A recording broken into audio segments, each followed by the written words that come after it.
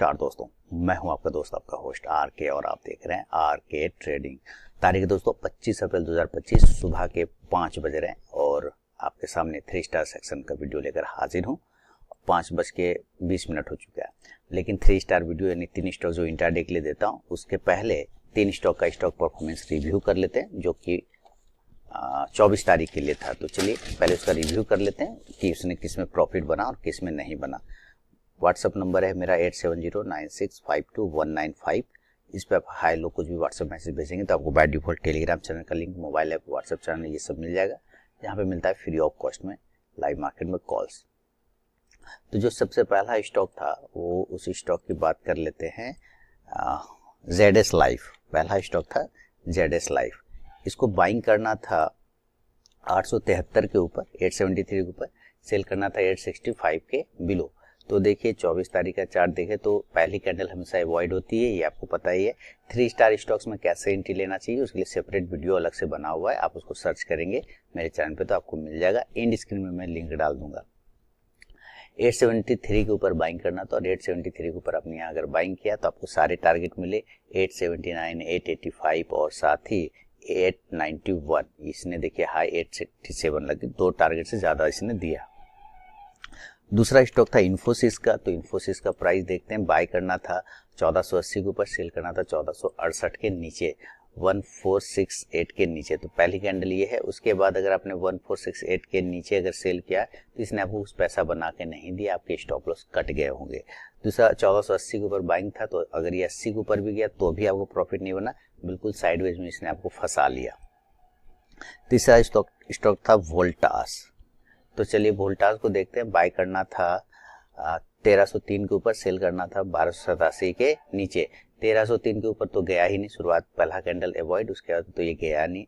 1287 के नीचे अगर आपने बेचा होगा 1287 के नीचे, तो फिर आपको सब टारगेट मिला है 1281, 1275 और ये 2 टारगेट आपको मिल गया। ठीक है, तो ये रहा स्टॉक परफॉर्मेंस का रिव्यू। अब बढ़ते हैं पहला स्टॉक की तरफ, जो कि 25 तारीख के लिए है। और 25 तारीख का जो सबसे पहला स्टॉक सेलेक्ट किया है, याद रखिए कोई पर्सनल बाइंग और सेलिंग की सलाह यहाँ पे नहीं है। अगर आप ट्रेड करते हैं तो अपने फाइनेंशियल एडवाइजर से सलाह मशवरा करके ही ट्रेड करें। यूपीएल पहला स्टॉक है, यूपीएल। और 15 मिनट नहीं बल्कि इसको डेली के चार्ट पे देखिए किस तरह से यूपीएल यहाँ पे हर्डल है, बड़ा हर्डल है और बार बार उसी हर्डल को क्लेम कर रहा है। अगर ये हर्डल तोड़ देता है तो एक ब्रेकआउट माना जाएगा।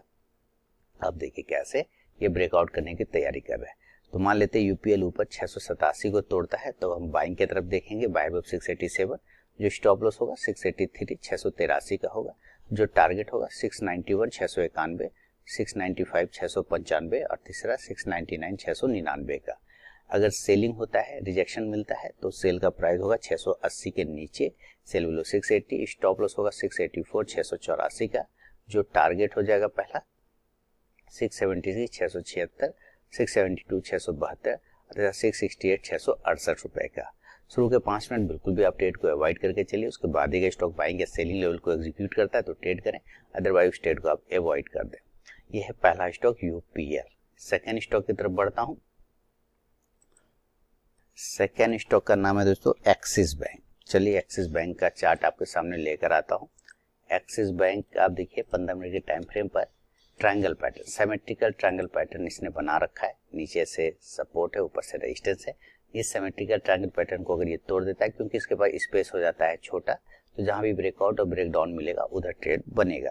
तो ऊपर की तरफ में 1214 अगर इसके ऊपर निकालता है तो बाय करेंगे, बाय 1214, स्टॉप लॉस 1208, 1208 का, जो टारगेट होगा 1220, दूसरा टारगेट होगा 1226, 1226 का, और तीसरा टारगेट होगा 1232, 1232 का। इन केस अगर ये नीचे की तरफ चला जाता है सेल साइड में, तो हम लोग सेल के लेवल देखेंगे 1200 के बिलो, सेल बिलो 1200, जो स्टॉप लॉस होगा वो 1206 रुपए का होगा, जो टारगेट होगा पहला वो हो जाएगा 1194, 1194, दूसरा टारगेट होगा 1188 और तीसरा टारगेट होगा 1182।